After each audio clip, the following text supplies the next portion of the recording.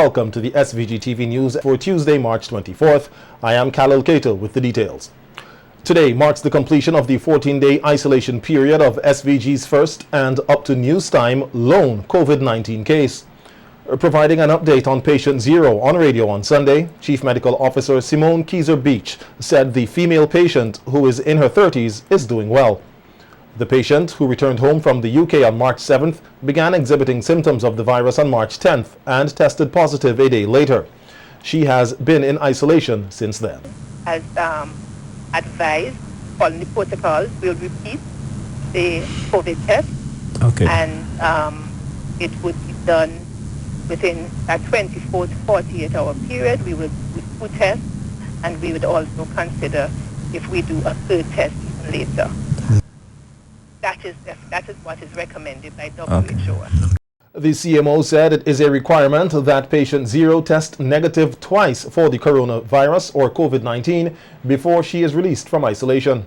We are going to, if a person has had significant improvement, we have had no cause to think that that person moved from mild to moderate, rather that person is doing very well. And we anticipate a full recovery. The person will complete their 14 days, and we are going at 14 days from the time of presentation. Okay. And that would be on the 24th. Meanwhile, an isolation transport chamber used yesterday to safely transfer a patient from a private healthcare facility to the Kingstown District Flu Clinic for further assessment and management created much interest from the public and went viral on social media last evening. In a news release, the Ministry of Health said while the patient does not meet all the criteria of the case definition of a COVID-19 suspect case, out of an abundance of caution, further investigations are being carried out, including the specific COVID-19 test. The ministry said it will continue to provide the public with additional information as it becomes available, and thanks the Vincentian public for their continued support and cooperation. Prime Minister Dr. Ralph Gonsalves will deliver an address to the nation tomorrow, Wednesday, March 25th at 8 p.m. His address will be delivered from the conference room of the Ministry of Foreign Affairs, where he is expected to detail further plans of the government to address the COVID-19 situation in the country. Meanwhile, on Thursday, the government is expected to present a supplementary appropriation bill in Parliament. The monies are expected to be used for some stimulus, including a food plan. In recognition of the guidelines issued by the Ministry of Health, Wellness and the Environment with regard to COVID-19, Thursday's sitting of the Parliament and those to follow will be closed to the general public until further notice. On Tuesday, the Prime Minister, along with Minister of Finance Camilo Gonsalves and senior officials in the Ministry of Finance, met with representatives of financial institutions to discuss the government's stimulus package. Discussions also included concrete measures to be taken by these institutions in an effort to assist in offsetting some of the financial challenges faced by Vincentians, whose jobs and incomes may be negatively impacted by the disruptions in economic activity as a result of the COVID-19 pandemic. Opposition leader Dr. Godwin Friday is calling on the government to impose stricter and more stringent measures in response to the coronavirus. The closure of airports and seaports is one of several recommendations being made by Dr. Friday, who said they should be put in place before it is too late. Within our region, one of the main measures that is being implemented now is really to secure your borders, to make sure that you don't import any new cases. And that is where I have been calling on the government to take it more, raise the level of security at our borders by basically preventing cruise ships, first of all, from coming. There's no need for cruise ships to come now at this time. We want business, of course, but we can't do so at the risk of importing infected persons into the country to cause the virus to spread. Also, the yachts that are moving up and down the islands, the Grenadines coming in.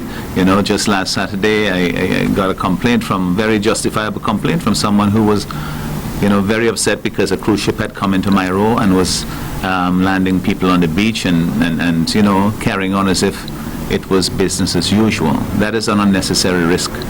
What we have seen is that the countries who are taking this very, very seriously, and everybody ought to do so, are securing their borders, it is time for us to do so. It's probably should have done so before. Dr. Friday said social distancing is another measure that must be enforced, pointing to a recent event hosted by the government in Union Island. Limitations on the number of test kits that are available and so on, but that is not really going to help us if the disease gets out of control. So we have to insist that we have those kits available, and where there are persons who come into contact with people who have exhibited, who have shown signs of the virus, that they're tested. The persons who have confirmed, come into people who have confirmed cases, that they're tested as well. And of course, we would prefer to see more widespread testing. This is what the WHO advocates: test, test, test, because this is how you know whether the virus has escaped into the community beyond the persons whom we have are in quarantine, are told to self-isolate. The opposition leader said that his party has stopped all political meetings and is encouraging others to follow suit.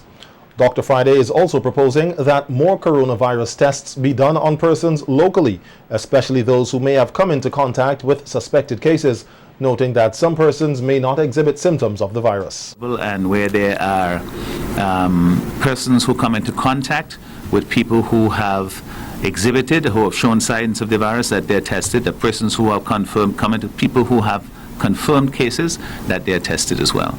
And of course, we would prefer to see more widespread testing. This is what the WHO advocates: test, test, test, because this is how you know whether the virus has escaped into the community beyond the persons whom we have are in quarantine, are told to self-isolate.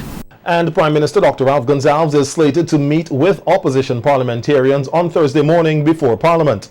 This was confirmed by the opposition leader, who told SVG-TV News that they reached out to the Prime Minister for a meeting to discuss their concerns on the COVID-19 pandemic and the country's response through a letter dated March 21st. Dr. Friday said the Prime Minister acknowledged receipt of the letter and that they are looking forward to the meeting. The issue dealing with the economic recovery package, I'd like to give them, before I take it to Parliament, some idea of some of the details. And if they have any ideas in some of those details, they can themselves think about it, rather than in an adversarial context in the Parliament. The SVG Teachers Union, the SVG-TU, is advising its members to stop going to school to administer classes. A release from the union noted that the government made a decision to close all schools across the country in response to the coronavirus COVID-19 pandemic. Outgoing president of the SVG Teachers Union, Wendy Bino, told SVG-TV News today that they have the full support of the Ministry of Education on the matter of teachers staying at home, noting that the decision taken to close schools was made to ensure the safety of teachers, students, and their immediate families. We've advised our members to not attend any classes during this week. We are aware that school was closed as a precautionary measure and not for vacation, and this is to limit the number of cases for COVID-19.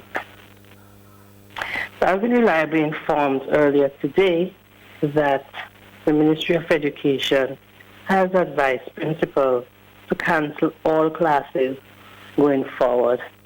I am really happy to hear that, and I'm sure teachers are happy to hear that as well, as we prepare for the impact of COVID-19 and to reduce it. Bino noted that another issue being examined is that of the upcoming CXC examinations.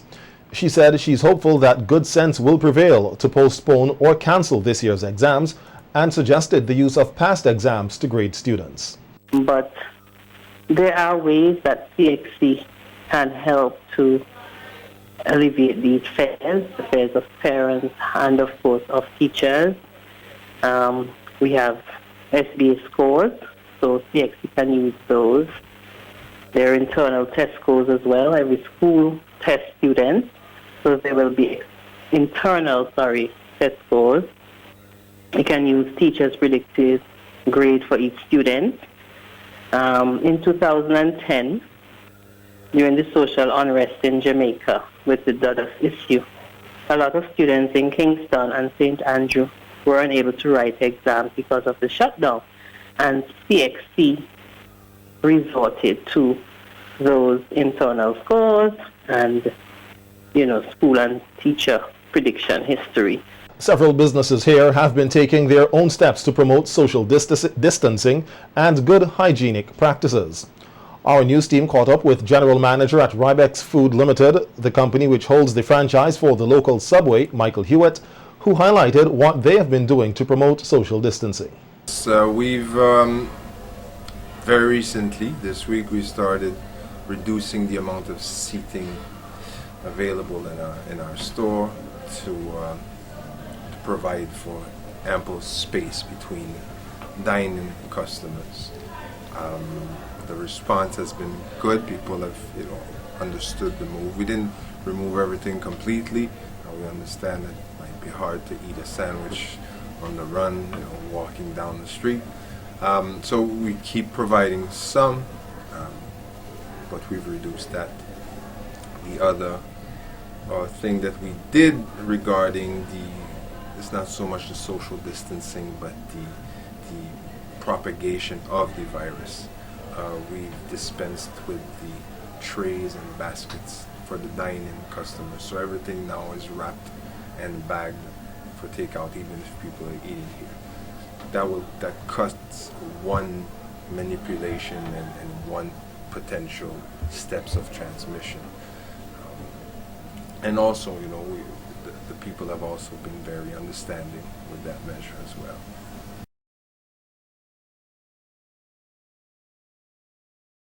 Hewitt says the Subway franchise already has in place stringent guidelines to prevent cross-contamination, noting that maintaining hygienic practices is key in this regard. Every aspect of the business, whether it's in the front of the house or in the back, prepping the vegetables, handling all the food, what we call prepping, so portioning for the day. So all of these steps have protocols to be followed to avoid cross-contamination already. So these steps do cover any potential propagation of any virus, besides, of course, airborne. So what we really did is we just reinforce it, keep making people aware of the importance of these steps, but the staff has been already very well trained. We've brought in some sanitation, but we have stations of hand washing stations throughout the restaurant, inside, in the back. So we were already pretty covered in that. So it's just a question of ensuring that the protocols that are already existing are well followed.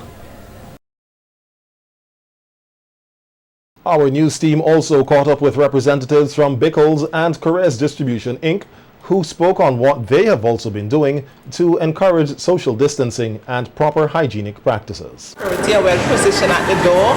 He uses gloves to open the door to assist customers coming in. We have our signs laid out. They are all laid out there.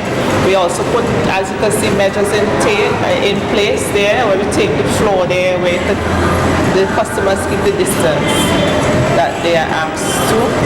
Move some of the chairs here so that the customer would not be as close to each other, right? We sanitize our tables and chairs regularly, our counters, and we introduce our washing of hands and Alright, and you think these measures are, good measures to protect your staff and the public? Also the staff and our customers. All the equipment that our customers would come into contact with, we have someone to call an extra person to deal with that sort of cleaning on an hourly basis. You would notice when you enter the building, you saw the hotline for the COVID-19.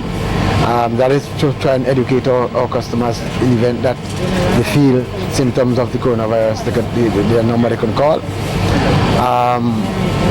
On entering the store, under that little canopy out there, we'll be setting up a hand washing station on Wednesday. The people that supply the station apparently they don't have any at this time, but we are reliably informed that we should have some by Wednesday, so we are setting up a station there so that our customers could wash their hands as they about to enter the store, if depending on where they came from, what bag they had in their hands and all that kind of stuff. So we are doing as much as we can to try to reduce any likelihood of a spread. Psychologist Kimberly Cambridge said the threat of COVID-19, which is causing anxiety, stress and fear in people, can create greater problems psychologically. Cambridge was part of a panel on SVG-TV's Viewpoint program last Sunday discussing the threat of the virus. Young people are anxious, older persons are anxious and fearful, the elderly are extremely fearful. And we don't really know what is going on because we don't really have control of what's happening. And when there is a lack of control, there's a lot of fear. And of course, we're talking about the medical aspect, the economic aspect, but all of those have ripple effects when it comes to how people feel, what their mental health is saying. So if the business places are wondering what is going on, they're also thinking about, okay, how am I going to be able to feed my family? What does this mean for me?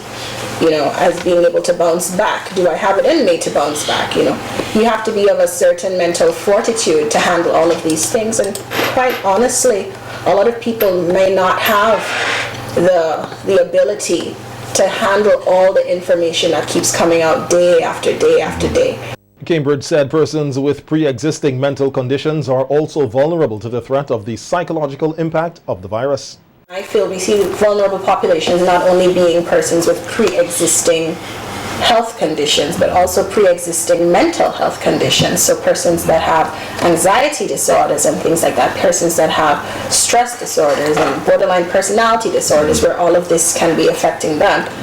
Those are the vulnerable populations. Persons with disabilities, for example, those are the vulnerable populations. If we don't reach out to those people in layman terms to explain to them what exactly is going on, you're missing out a whole group of people that we're taking for granted. What about the people that are homeless and don't necessarily have access to the type of information we might have? They are vulnerable populations as well. And we have to keep that in mind also, that not everybody has access to the same internet that we do, not everybody has a smartphone, so even the elderly population might not be catching up as quickly as we are, so we have to think about them as the vulnerable populations as well. Okay, Tony. While social distancing is being encouraged to slow down the spread of COVID-19, Cambridge said that authorities need to be more specific with the use of the term physical space so that persons will not take the words out of context. And we have to use words that must strike through to people. So when you say space, you have to be specific. Are we talking social space? Because social space is one thing, but we want physical space between people. So yes, we want social distancing, but we also want physical distancing as well, because if we have the physical distancing, then it cuts down on the transmission. Yes, that's what right. So yes, social distancing, but social distancing we can curb through communication via WhatsApp or any type of medium, but physical distancing is where the challenge is, and we really have to step that up in terms of how we relate that to people. So use the words, say physical distancing, and let people know you need to have space between us, physical space between us. Sure. Air Canada Rouge will make its final flight on the SVG Toronto route this Thursday and not on March 29th as previously announced. In the wake of the federal government's global travel advisory, the airline temporarily suspended flights to a number of destinations, including SVG. Air Canada said it will continue to monitor this evolving situation closely in consultation with the Public Health Agency of Canada, Transport Canada and Global Affairs, and will adjust its schedule as appropriate.